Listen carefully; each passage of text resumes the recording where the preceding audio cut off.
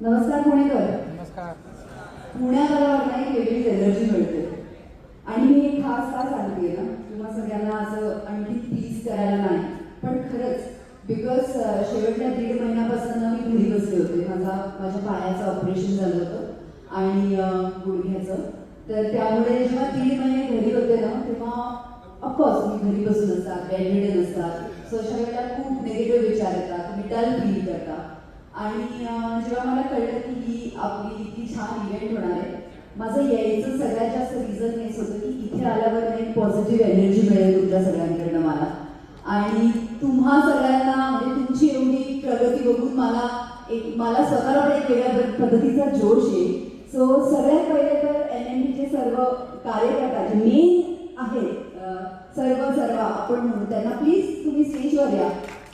त्यांनी मला इथे आमंत्रित केलं म्हणून मी आले आणि मला इतक्या छान सगळ्या तुमच्या स्टुडंट्सला आणि फॅकल्टीजला भेटता आलं. सो थँक्यू सो मच मला इन्व्हाइट केलं याबद्दल. आणि 8 वर्ष झाली तुम्ही आता तेच सांगत होता मला. खरं तर म्हणजे कौतुक शिवाय दुसरा शब्दच नाही.